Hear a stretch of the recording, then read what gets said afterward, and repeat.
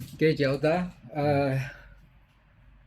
saya nak bertanyakan tentang apa pandangan saudara tentang keputusan tentang outcome daripada PRN 2023 ni yang melibatkan 6 negeri, di mana status quo-nya adalah 3-3, dengan macam-macam kempen yang diorang gembar-gemburkan mengatakan 6-0, ada Mahathir sendiri cakap 5-0. Jadi dengan keputusan yang berlaku sekarang, apa pandangan Encik Ota? Okay, pada pandangan saya keputusan yang berlaku, keputusan PRN yang baru lepas ni, minggu lepas ni, ini tidak bagus untuk ni negara. Kerana memang sudah nampak macam Melayu satu side, non-Malay satu side. So ini tak bagus. Yang nampak jelas di mana majoriti Melayu, semua tiga-tiga negeri itu jatuh ke tangan Perikatan Nasional. Negeri macam Selangor, kawasan tempat Melayu banyak tu semua jatuh pada PN. Tempat yang Melayu kurang, Cina dengan India campur dengan Melayu sikit, dimenangi oleh Pakatan Harapan dan Barisan Nasional. So ini pada saya ini tak healthy lah, tak bagus untuk ni negara tau. Banyak investor daripada luar negara pun sudah nampak macam kita tak stabil tau benda ni. So I think sudah tiba masa lah, macam Datuk Seri Anwar Ibrahim ada cakap, dia sudah mau start ambil tindakan yang tegas terhadap ekstremis agama atau ekstremis politik, supaya benda ni tak menjadi lebih buruk lah sebelum PRU yang akan datang lah. So memang tak bagus. Macam you boleh tengok sekarang Kedah, Kelantan, Terengganu, diorang akan melaksanakan undang-undang di mana Magnum Toto, kedai-kedai bar, arak, disco, semua diorang akan tutup. So pasal diorang ada majoriti. So benda ni tak, pada saya, walaupun benda tu tidak melibatkan orang Islam, tapi sepatutnya tidak harus dilaksanakan. Pasal you orang Islam sepatutnya jangan belilah jangan beli Magnum Toto atau jangan pergi minum arak lah. Itu untuk bangsa lain. And the same goes here dekat negeri-negeri lain lah. So saya rasa benda ni kena stop lah. And then betul-betul, I mean, walaupun benda tu memudaratkan lah, tapi itu hak orang bukan Islam lah. So isu-isu ni dimain oleh ekstremis tertentu, China dan India, dan sana pula ekstremis Melayu dia main isu macam tu. So it is, negara sudah jadi pecah dua tau sekarang. So maksudnya pada pandangan Cik Auta, sentimen-sentimen yang dimainkan sepanjang kempen 2 minggu tempoh hari begitu bertoksik. Memang toksik. Memang sudah negara ini sekarang sudah pecah belah. So ini tak healthy tau. Tak healthy. Sudah jadi macam Thailand tau sekarang. Thailand, urban area parti lain kontrol, rural area bandar semua lain orang kontrol. Dia tak bagus. And then kita sepatutnya bergerak macam Afghanistan pun sekarang sudah bergerak ke arah moden. Iran pun sudah bergerak ke arah moden. You tengok dekat Afrika pun sekarang politically semua sudah berubah tau. Semua fikir macam mana mau bangunkan negara, mau ekonomi rakyat. Tapi sini saya rasa susah lah sekarang pasal perpecahan yang berlaku pasal kaum ni ini tak bagus. Okey, contoh macam ugutan ataupun ancaman pihak pembangkang yang mengatakan diorang ada numbers untuk tumbangkan kerajaan. By Ogos ni mereka katakan akan menumbangkan kerajaan Anwar Ibrahim ataupun kerajaan Perpaduan Madani. So apa pandangan you dan apa sebenarnya kesan kepada ekonomi Malaysia? Okay. Sekarang apa yang pembangkang Perikatan Nasional main, ini benda yang sama yang sudah dimain oleh Pakatan Harapan dulu. I have the numbers, I have the numbers, I have the numbers. Sekarang diorang pula cakap, I have the numbers, I have the numbers. So, sekarang satu investor daripada luar tu, dia pun tunggu macam ni, dia letak tangan macam ni, dia tunggu. Dia mau tengok who have the number and who don't have the number. It is not good for the country. Benda ni tak bagus. Nobody want to come and invest here. They say this country, Malaysia is not stable. Because kejap dia cakap dia ada nombor, orang pun takut mau masuk. So, benda ni is not good for the country. Ini kena stop. So, kalau sekarang Datuk Seri Anwar pergi stop, dulu dia orang akan cakap, peringkat dulu, you pun cakap macam tu. Kalau contohlah sekarang Datuk Seri Anwar pergi tangkap ugutan-ugutan yang dibuat oleh Perikatan Nasional, kata dia have the numbers. Kalau dia mau pergi tangkap dia orang, dia kata you ni menakutkan investor, you mau memporak-berandakan negara, dan dia orang akan cakap dulu pun you cakap macam tu. So benda ni actually should stop long time ago. Benda ni tak boleh. Lepas election, semua kena tutup. Tak payah cerita-cerita macam mana mau bawakan negara ni ke depan. Bawa investor masuk. Lepas 5 tahun nanti boleh bising lagi sekali. Tak apa. So this is what dia kena buat. Macam mana mau bantu rakyat, macam mana mau bantu peniaga-peniaga kecil, macam mana mau bantu majikan yang menghadapi pekerja asing, tak boleh renew dia punya permit, tak cukup pekerja. Masalah banjir, bila musim tengghujung, masalah banjir, semua orang yang kilang semua banjir, orang yang rumah banjir, jalan banjir, kereta banjir, orang susah-susah beli kereta tu banjir. So pasal pergaduhan politik macam ni antara dua geng ni, you buka saya punya baju, saya buka you punya seluar, daripada pandangan investor, satu side tu tak bagus. And then untuk majukan negara, tak ada orang concentrate tau. Semua orang satu orang hantam, satu orang tengah defend, macam tu je. So benda ni tak membantu. Sepatutnya kita sekarang kena gemeling tenaga. Macam mana? Macam saya cakap, naikkan ekonomi, naikkan bantu businessman. Macam mana mau selesai itu banjir itu berlaku? Perlu buat empangan, buatlah. Kalau tak ada duit, bawa investor daripada China ke mana-mana, kita privatize bagi dia lah, buat banyak-banyak empangan satu Malaysia supaya isu banjir itu tak berlaku. Bila banjir aja kita cerita pasal macam mana longkang Subat lah, inilah itulah, cakap macam-macam, tapi isu makro dia nobody ambil tindakan. You tengok China, dia orang sudah buat banyak empangan tau. Sekarang memang dia orang banjir itu sudah tak ada dekat China, hanya berlaku baru-baru ni dekat Beijing, pasal dia orang tak buat dekat Beijing. So di Malaysia tu kita pun kena buat macam tu. Macam Sabah Sarawak sekarang kita perlu ada highway. Dulu masa Datuk Seri Najib ada Pen Borneo Highway. Lepas Datuk Seri Najib jatuh, sampai sekarang tak ada orang pun cerita pasal nak itu highway tu kena kasih siap. Dan dekat Sabah Sarawak, point A to point B, kalau nak bergerak, kalau ada highway 1 jam, sekarang sampai 5-6 jam mengambil masa. All this kena buat. Tapi tak boleh buat kerana asyik bergaduh je tau.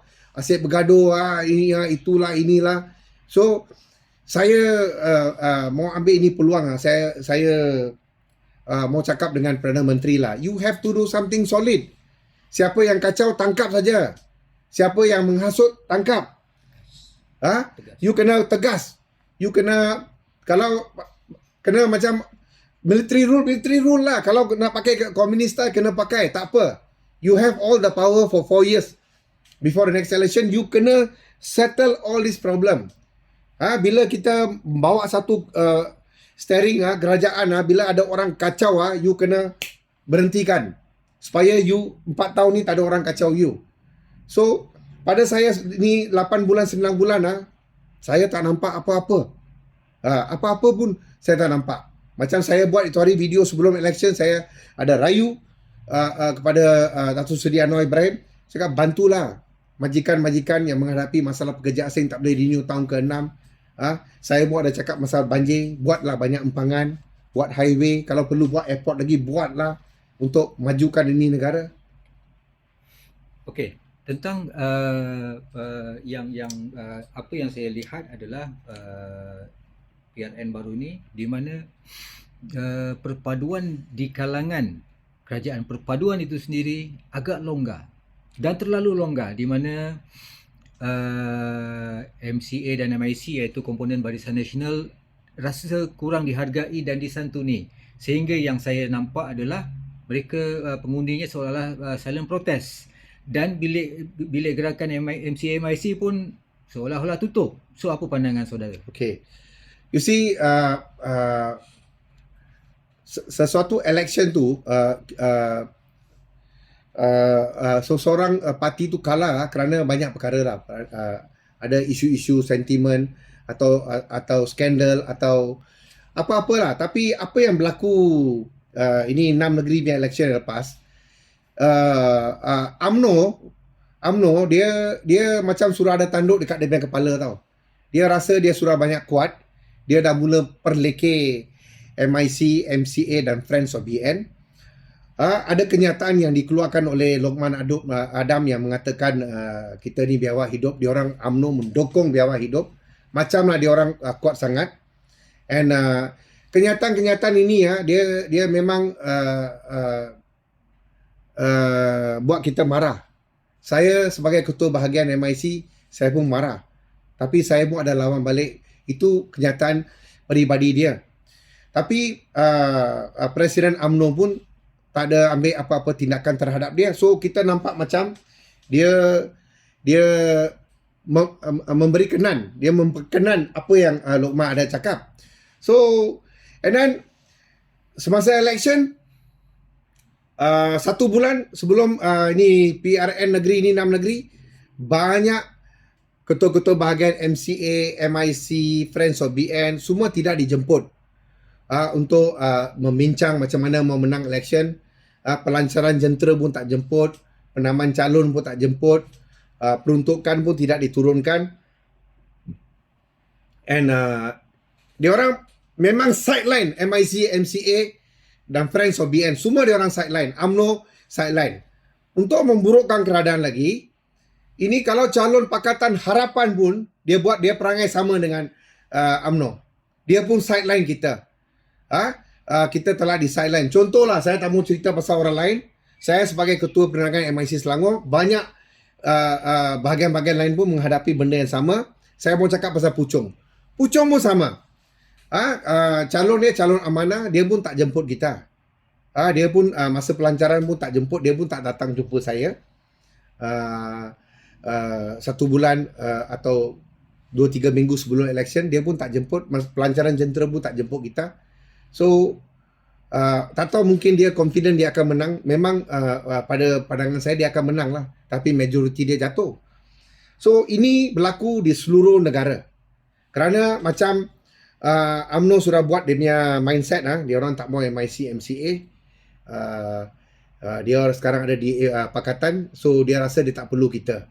Tapi apa yang berlaku semasa keputusan keluar, contoh yang paling bagus, 7 negeri, 7 Dewan Undangan Negeri DUN di Selangor tu kalah dengan undi 30 undi, 50 undi, 100 undi, 300 undi, 400 undi, kalah. PHBN kalah dengan undi yang minimal. Pengurusi Barisan Nasional Selangor atau Megat pun kalah 58 undi.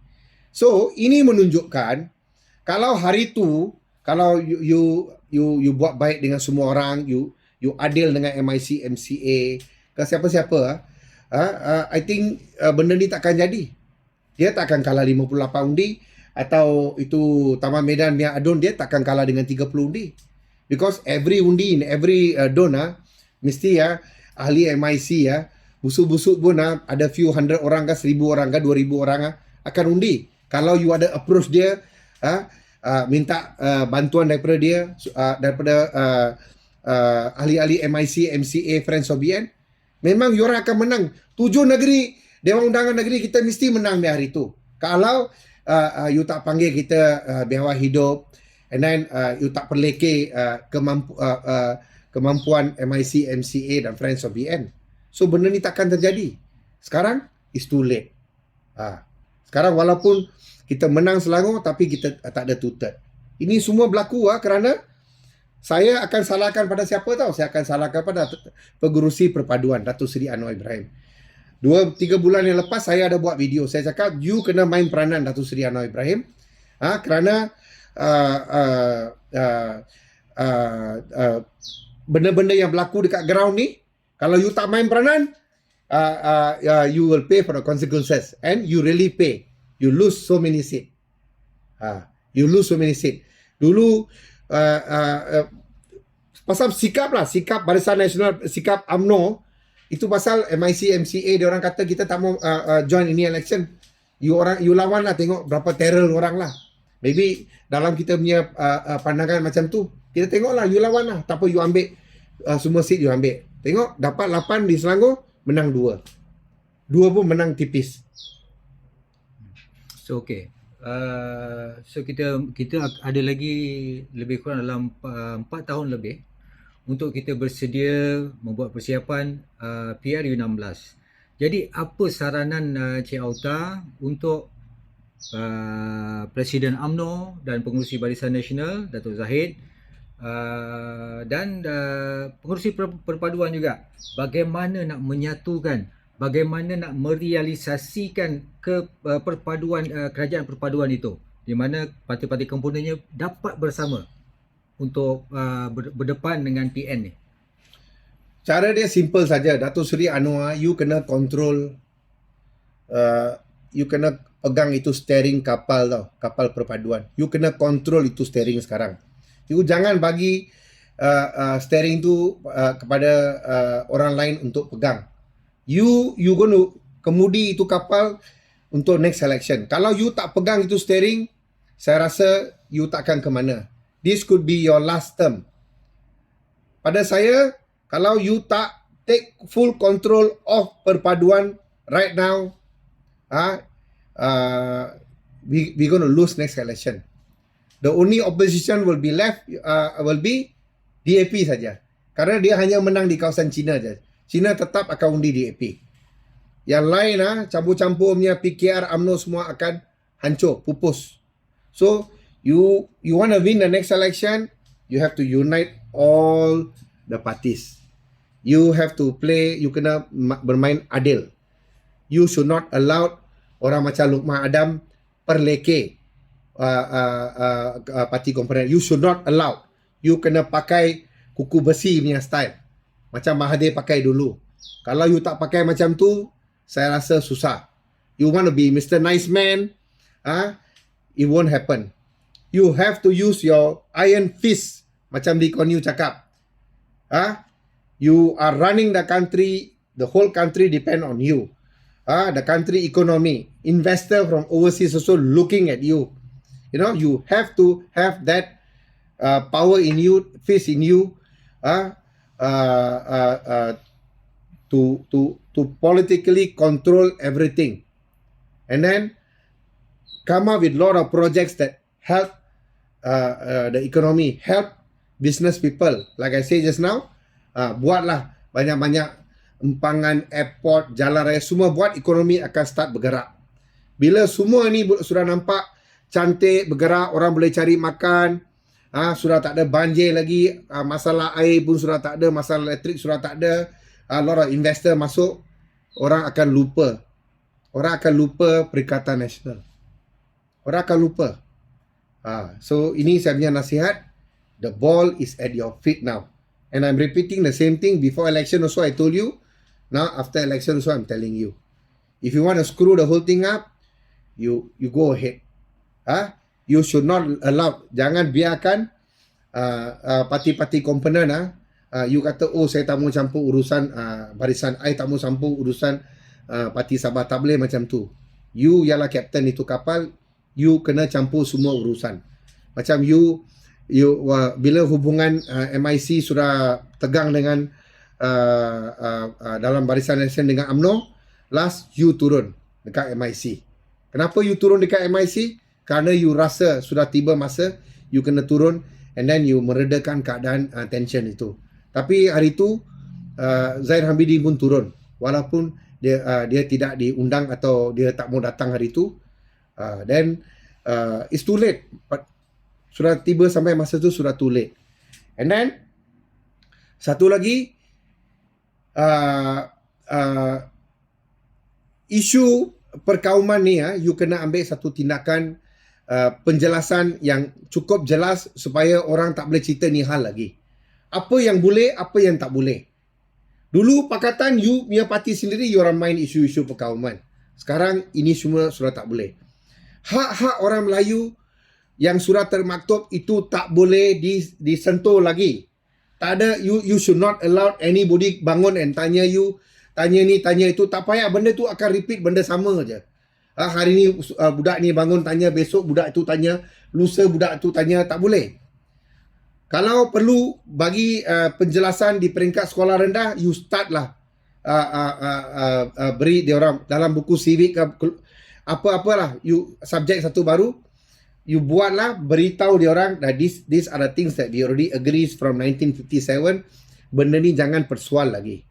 Tak payah main benda ni lah. Oh, anak India tak dapat metroklasi lah. Oh, ini anak Cina dia dapat banyak A, tak dapat.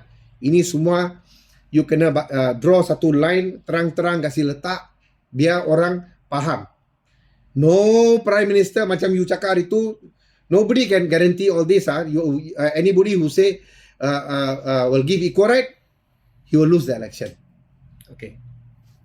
Dari satu yang saya nampak kritikal Cik Alta tentang pengundi muda ni. Pengundi muda terlalu tak tahu apa sebenarnya sentimen yang mempengaruhi mereka. Seolah-olah it was a trend. Oh, now PN tengah popular. So pergi ke PN. Pasal daripada analisis mengatakan out of 10, 9 mengundi PN, kan? Jadi apa nasihat you untuk orang-orang anak-anak muda ni, biar dia celik tentang politik, biar dia celik tentang pentingnya stability. Okay, pada saya hari tu bila undi dibenarkan untuk umur 18 itu sudah satu kesilapan besar. Pasal dia orang ni belum matang. Ada yang tak tahu sejarah. Macam saya cakap tadi lah, macam budak tu bangun tanya Anwar Ibrahim. Itu semua benda ni dia orang tak matang. Dia orang ni sekarang tengok TikTok, tengok sini, tengok sana, WhatsApp, Instagram, Facebook semua. Dia orang tak faham. And dia tiba-tiba dia orang diberi peluang untuk mengundi. So dia orang pun tak tahulah nak undi siapa. Kenapa? Besok ada orang kalau janji saya akan hapuskan TPN. Dia akan undi dia. Besok saya akan bagi driving school punya license semua free, saya bagi orang untuk orang akan undi dia. So benda ni tak healthy. Tak healthy. Si pengundi-pengundi ni muda ni, apa yang dia orang patut fikir ialah macam mana kalau mau belajar, macam mana kerajaan boleh bantu. Macam saya pernah cadang dulu, semua kos daripada sekolah rendah sampai ke universiti patut bagi free saja. So supaya itu takkan jadi isu. Tak boleh ada orang cakap saya bagi PTA, PTPN free lah, itu free, ini free. Bagi free. Memang macam masuk hospital kasih free. Pendidikan bagi free. Naik bas atau LRT, kalau saya Prime Minister, saya pun bagi free. Ada banyak cara lain kita boleh cari income untuk bagi free benda ni. So, dan orang muda dia macam ada perlawanan antara Manchester United dengan Manchester City. Kenapa you sokong? Dia kata, dia bagi saya JC free, dia bagi saya tiket free, so saya sokong orang yang bagi saya free lah. So dia punya perangai jadi macam tu. Pada dia kata siapa menang pun saya pun tak tahu. I pun tak tahu. Dia orang cakap undi ni orang, saya undi ni orang. So benda ni it's not healthy. Si youngsters yang penting dia orang dia punya pendidikan itu must be taken care of. Lepas tu dia kena lepas dia dah keluar universiti nanti dia mau kerja. Kerajaan kena make sure dia orang dapat kerja. And then ada pula golongan yang tak dapat masuk universiti, dia orang mau meniaga. Macam mana kerajaan membantu dia orang meniaga? Keluarkanlah lesen, kios ke apa-apa nak meniaga, bantu dia orang cari makan. Supaya dia orang tak kacau, dia orang boleh meniaga dengan selesa dan bebas. Jangan susahkan orang-orang muda ni. Kalau orang muda tu kata contoh macam sekarang ramai orang muda bawa Grab. Grab fruit, Grab this, Grab itu macam tu. Tengok macam mana boleh bantu dia orang. Kasih bantulah. Kalau boleh bagilah motor free pun tak apa. Pasal itulah dia boleh cari makan. Atau bagi dia orang bag free ke, dia punya rate tu bagi harga yang betul lah. So supaya dia boleh cari makan. Dan kalau dia boleh cari makan, dan dia akan sokonglah kerajaan. Bila dia tak boleh cari makan, bila dia tengah susah, and then ini ada pembangkang masuk dalam, cuci dia punya kepala, bagi duit minyak 100 ke, bagi 50 ke, dia punya pemikiran sudah kena ganggu. So these are the things that the government have to do lah. Do something for the young people. Contoh, ada orang muda baru kahwin, dia mau beli rumah, tak boleh beli rumah. Dia mau sewa rumah, sewa mahal. Dulu masa zaman barisan, masa saya jadi ahli majlis, kita sediakan rumah murah 42,000. Ada orang yang macam blacklist ada orang tua yang tak boleh dapat loan, kita bagi council home RM120 sewa dia, bantu dia. And then untuk orang-orang yang orang-orang muda yang ada gaji dia tinggi sikit, kita buat alienation, anugerah tanah kepada pemaju-pemaju. Masa Mat Taib jadi Menteri Besar di Selangor tu, di mana banyak pemaju mereka diberi tanah dengan harga macam lebih kurang free, bagi RM1 satu kaki persegi, supaya dia boleh menyediakan rumah-rumah harga 2 tingkat yang berpatutan pada harga bawah RM100,000, RM50,000, RM60,000, RM80,000, supaya orang muda boleh beli rumah macam tu. Bila dia beli rumah murah, rumah dengan harga yang murah, dia mau bayar pun senang. Dia tak ada tension. Sekarang itu semua sudah tak ada. Sudah pas 15 tahun, tak ada satu rumah murah pun dibina.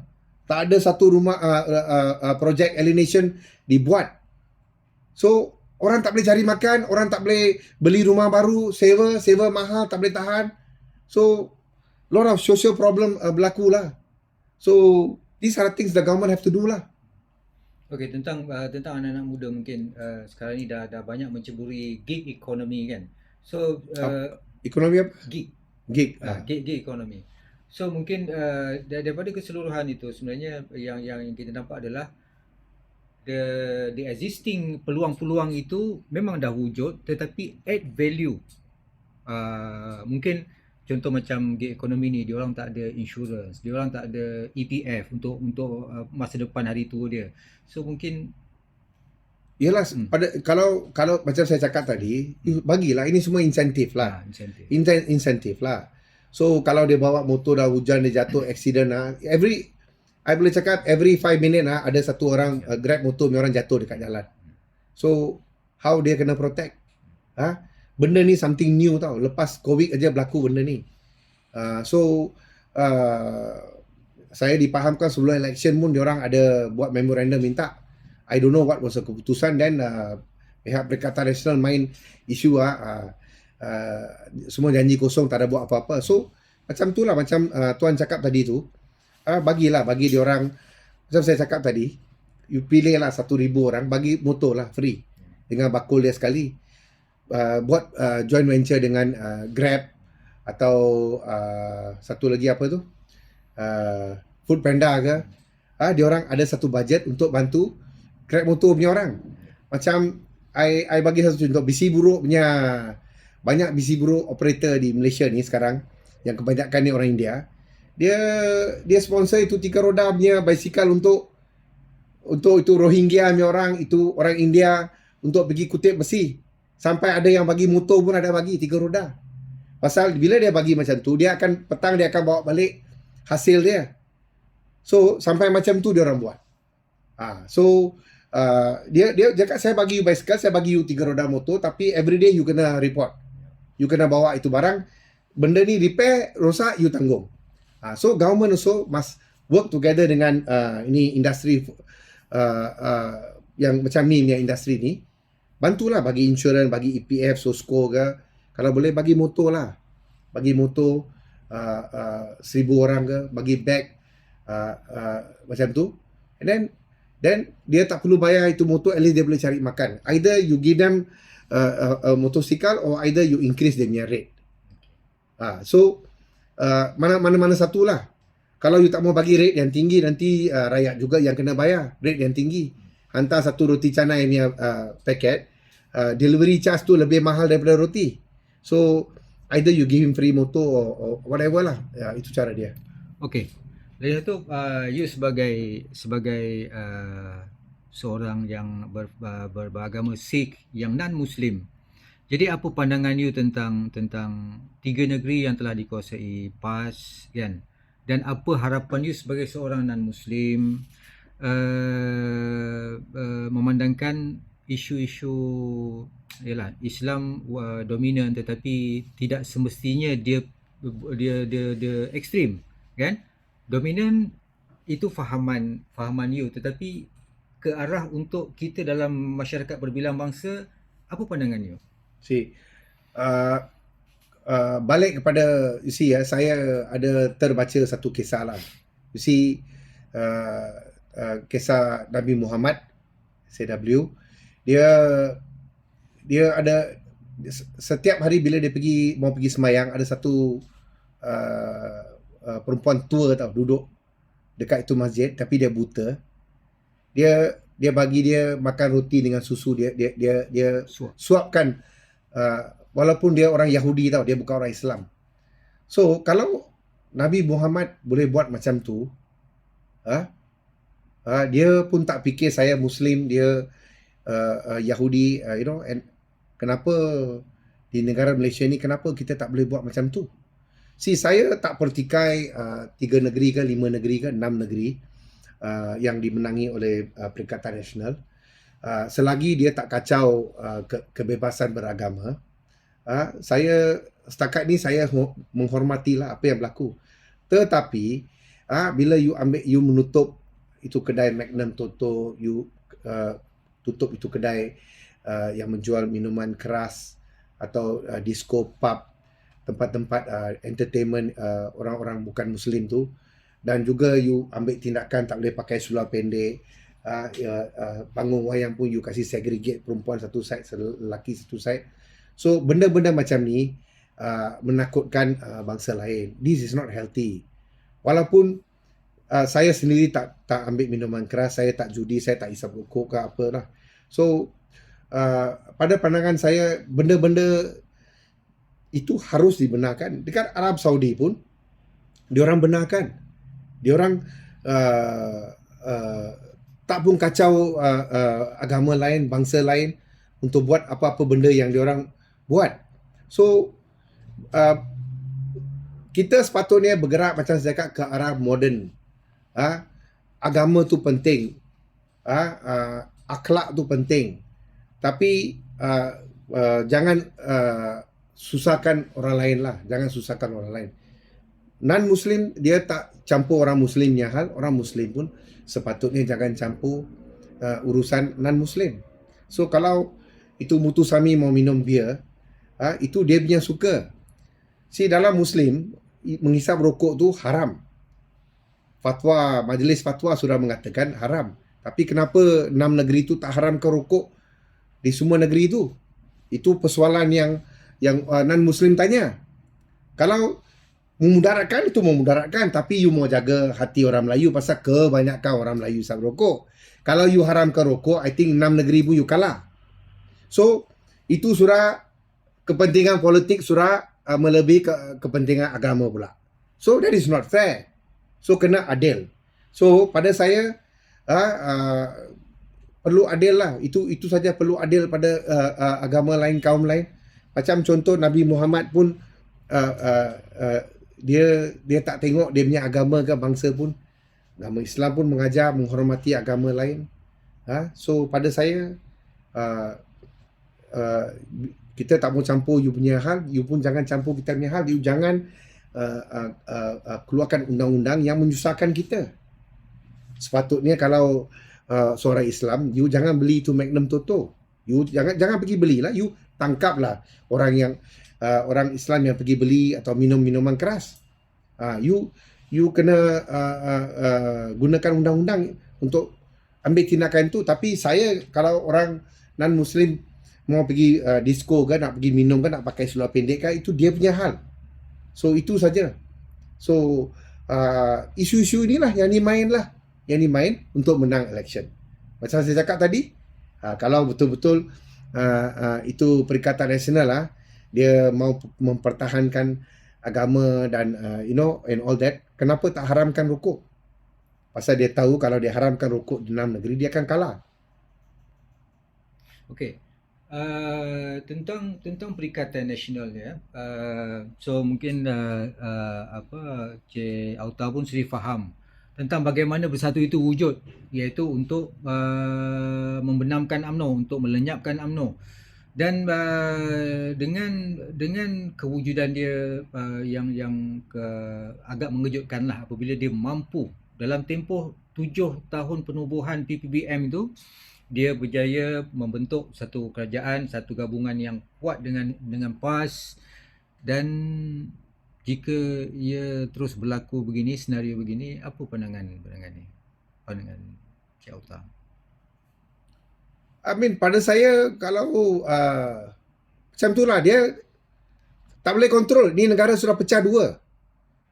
Ini yang sekarang saya nampak macam it'll be 50-50. Banyak kawasan non-Melayu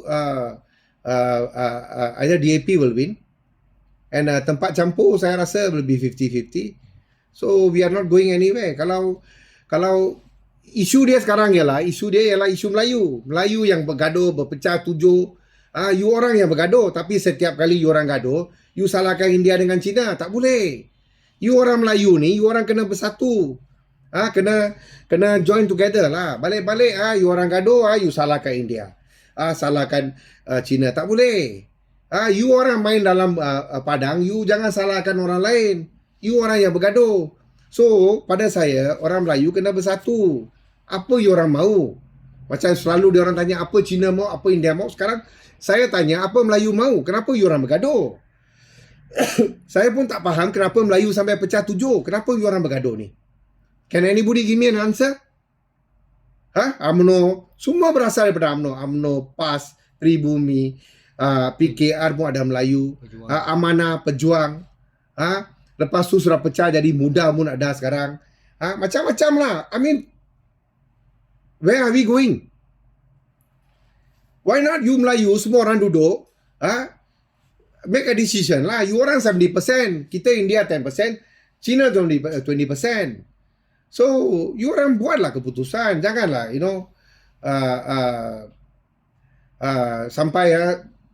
sampailah macam dia orang keluarkan kenyataan MIC, MCA ni, biar awak hidup lah, It's not good lah, tak baik lah ini macam. Okay, to wrap up, apa pesanan you sebagai kesimpulan, nasihat, pesanan? Because this coming 4 years ni, saya melihat keadaan yang critical for our economy, critical for our political stability. Jadi apa nasihat?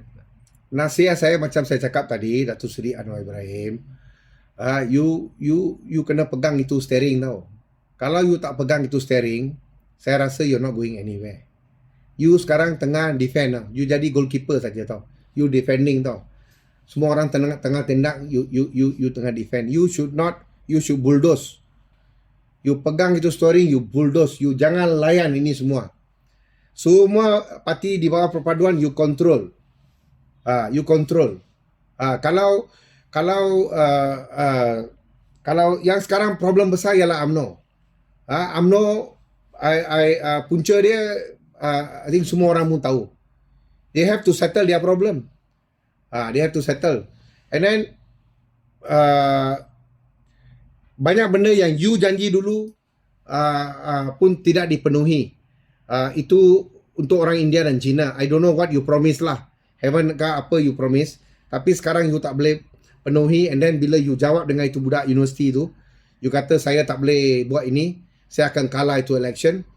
Of course, itu meyakinkan orang Melayu, tapi benda tu dimain sebagai sentimen. And dia sudah jadi sentimen besar. Orang India sudah marah dengan you. Orang China sudah marah. So, saya punya nasihat dengan you sekarang fokus macam saya cakap tadi, selesai isu rakyat, isu peniaga-peniaga di Malaysia. You bawa investor, okay? Ambil tindakan terhadap orang-orang yang cuba mengatakan kerajaan ini akan jatuh pada bulan Ogos ke apa ke September ke. You kena tangkap dia orang, masuk jail. Senang saja. Pasal orang tu sekarang sudah menggugat. Dia orang, sesiapa yang cakap kerajaan ini akan jatuh dalam 2-3 bulan ni, dia sudah actually derhaka kepada Agong. Kerana kerajaan ini ditubuhkan atas pelantikan Datuk Duli Yang Maha Mulia Agong. So, kalau siapa-siapa sekarang cakap akan jatuh, artinya sudah derhaka pada dia. We have to take action. And then, move on. Selesai masalah banjir, masalah peniaga, jalan raya kena buatlah. Buat jambatan kena buatlah. Semua benda buat, kasih senangkan rakyat. Harga barang kena diturunkan. Pekerjaan perlu disediakan. Kena bawa masuk pekerja asing 1-2 juta pun bawa masuk lah. Kerana kerja-kerja yang kerja-kerja kotor ni, susah ni, orang Malaysia tak mau buat. So, bawalah supaya ekonomi itu boleh naik. Itu saja. Jangan dengar orang yang cakap lah, inilah, pekerja asing, taking over our job. The job you people don't want to do. Somebody have to do the job. Macam harga kelapa sawit hari tu naik. Naik kenapa tau? Pasal tak ada orang mau pergi petik tu buah. Bila itu buah sampai rosak dekat itu pokok, harga minyak kelapa sawit naik lah. Orang tukang petik tak ada. Pasal dulu semua orang main politik.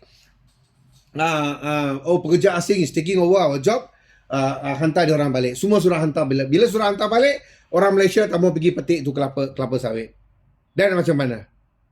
You mau bayar RM5,000 untuk petik itu buah kelapa sawit, dan harga minyak 5 kilo tu sudah jadi RM60 lah. So, benda-benda macam ni perlu di stop. You have to stop. You kena bulldoze.